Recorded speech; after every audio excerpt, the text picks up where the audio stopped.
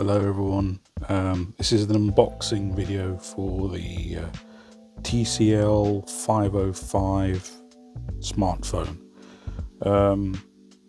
This is, I'm pretty new to the TCL brand. I think TCL is very well known for being one of the top manufacturers of TVs. What I didn't know is they also make tablets and mobile phones.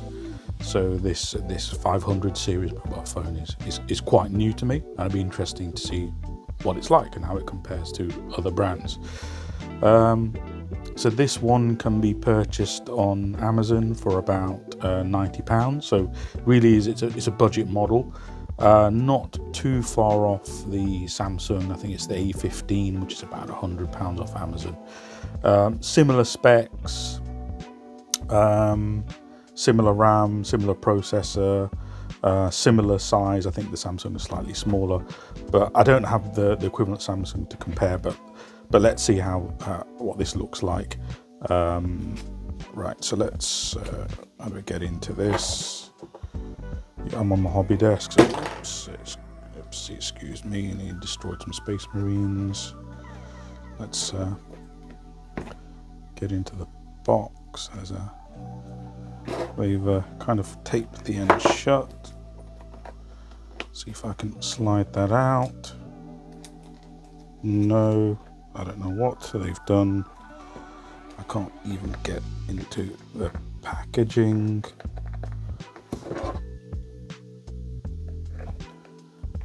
Why use tape when you could cellophane wrap? Okay, so this appears to be a little bit awkward. There we go. Right, so it's in a fairly boring looking box, not exactly a grand unveiling here. So yeah, there's the phone itself. You get a USB-C charging cable, probably nothing fancy. No charger included, not too surprising nowadays, and also considering the price. You see some of the specs here. Just under a 7-inch screen, 90 Hz, which is pretty good actually. You can get equivalent Samsung phones for the same. 128 gig of internal storage space. The 8 gig of RAM is a little bit misleading. It's actually 4 gig of RAM, but it uses some of the internal storage space as virtual RAM. So if you are running multiple applications, which is RAM intensive, effectively you'll be using the 4. I don't really know how effective the 8 gig virtual is. It's just worth bearing in mind. There's a double camera, main and macro, no zoom, 50 megapixel, seems pretty decent. We'll try that out later on. Stereo speakers, which is really good at this price, and a really substantial 5,000 milliamp hour battery. I think that is a fraction bigger than the S24 Ultra, so that's pretty good news. All right, so let's get this unboxed, get rid of all the packaging. It's not too much packaging, all looks recyclable, which is good. Let's compare this to my old Note 10. Obviously the Note 10 is quite old now, but the S22, the S24s, they're all the same sort of size, you know, approaching 7 inches. So let's get this out. So what is this? Is this stuck on? It appears to be stuck on. Can I get it off? Yes, I can get it off. Right. There we go. So that's my dirty old Note 10, and this is the brand new TCL phone. You can see it's very, very slightly bigger, if anything else. Rounded corners. The back appears to be plastic. A nice, looks like a hologram effect there. It's really pretty. Looks really nice. See the dual cameras there. So one's a macro and one's a standard camera. There's a little flashlight there. Excellent. Right. So let's see if it powers on. It does power on. It's going to move the light out the way because it's catching the reflection.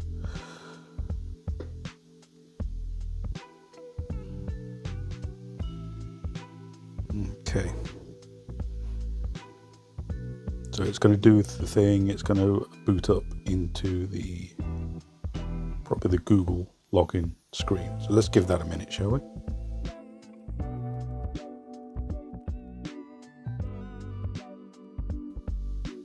Right, so hello. It's booted up and it's going to go through the standard sort of login procedure, I guess. So let's have a look what happens. Hello. Yep. SIM. I've got SIM, so let's skip that. Okay, see Wi-Fi setup offline. So I'm just going to okay, and there we go, main screen. So finally to this screen. Okay, all right. The top drawer. App updates are ready, so it's definitely worth updating this, making sure it's to the latest UI. It does look a little bit different to what I'm used to, I guess. These are quite big buttons, which takes up a lot of space.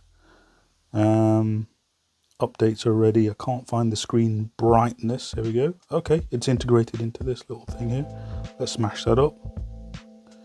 It's already pre-charged at 55%, which is good. Ideal for storage.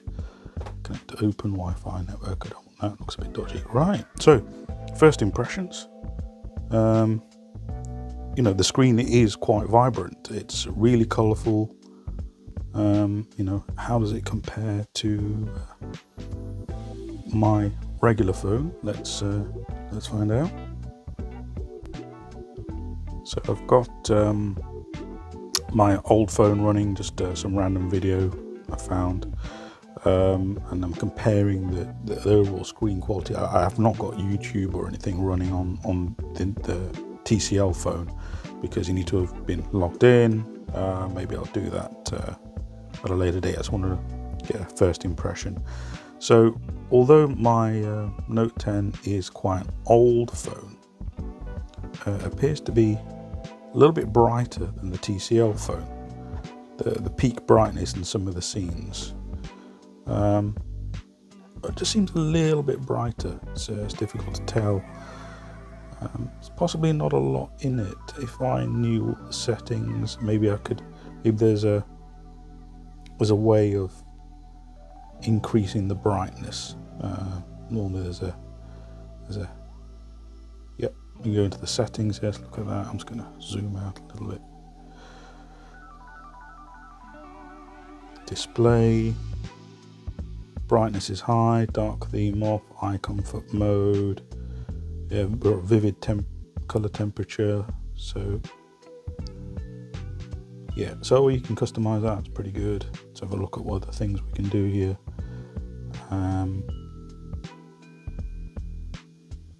Everything else looks pretty standard. So what's NXT Vision, image enhancement, video enhancement? So I think that eye comfort is also a reading mode, which kind of tries to make it look like paper. Doesn't really, but okay. A lot of gestures available. 3-finger screenshot, lift to wake. Interesting. Okay. You can modify the power key, smart manager. Okay, auto launch battery. So I think this is the kind of the health options. Okay. Yeah, gestures appears to be working. Don't know what that's doing. Okay. Yeah. I think I need to get used to these. Little gesture control, do a bit of signing there.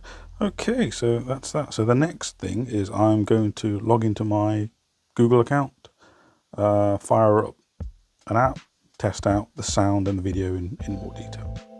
Right then, I'm just going to show you something quite interesting about this phone. If you eject the SIM tray, you get, that's interesting, you get dual SIM capability and an SD card. Now I haven't been able to find out what the max capacity of the card is. I'm assuming it's going to be, half terabyte, whatever, but that significantly increases the storage capacity above the 128 gig, and plus you've got dual SIM, so you could have SIM for work, one for personal use, or when traveling abroad. That could be really useful. Just thought I'd point that out. Right, so I'm all logged in on the phone now. I've got some of the apps working, and you can see the interface is really nice and slick. It really reminds me of the Pixel interface. It's got the widgets will carry over the color theme from the wallpaper, so that's really nice and slick. They've done a really nice job. As far as I can tell, there's minimal to no bloatware. There are a few tools on here which are a bit more specific, perhaps. I mean, these are all standard tools. It came preloaded with this Office suite. Won't be using that, obviously. It's doing its thing, whatever that is. It came preloaded with a TikTok, this pedometer app. I mean, there was nothing on this to really make me think this was a TCL phone. No bloatware, really nice and slick. The interface itself is really good. This is slightly annoying. I don't know what this is. If you swipe down on the screen, it just opens up some apps. I don't know what it's trying to do here.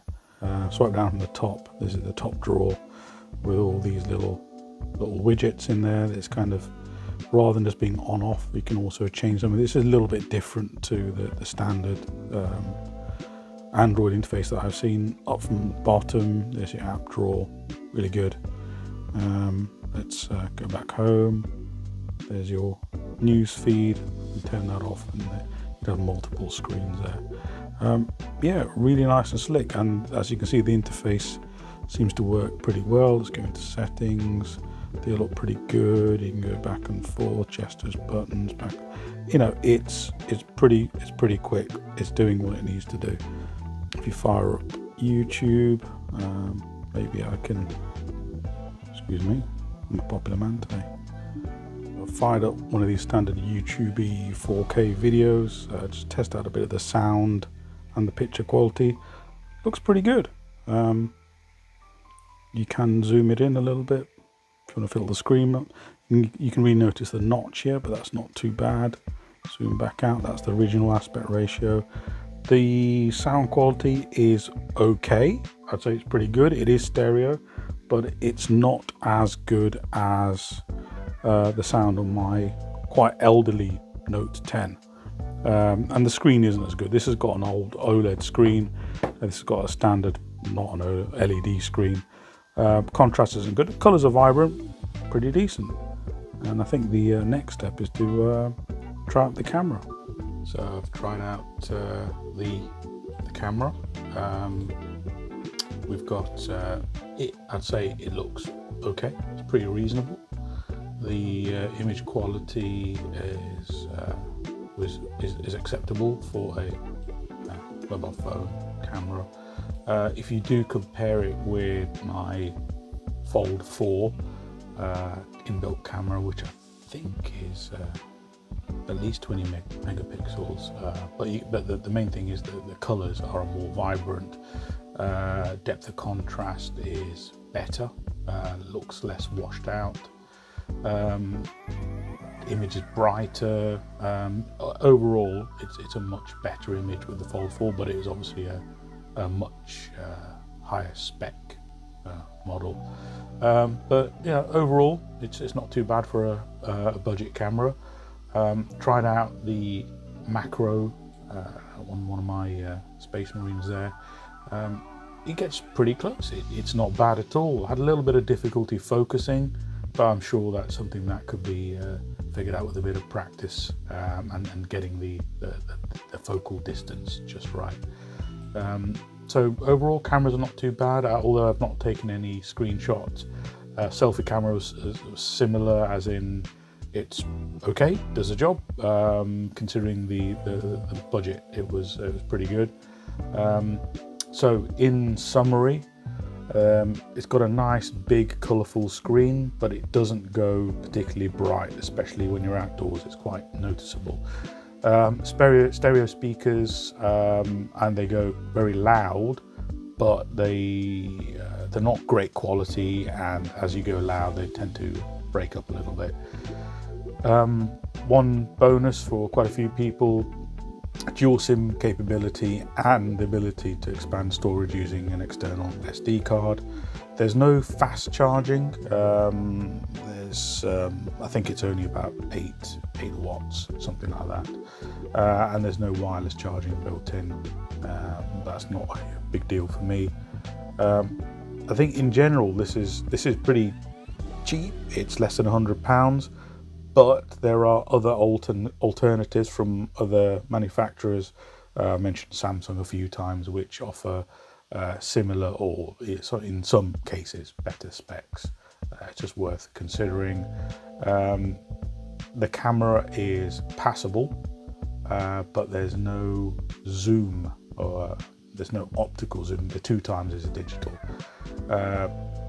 There's no bloatware, and the interface is nice and clean. They've done a really good job on that. It does look very nice.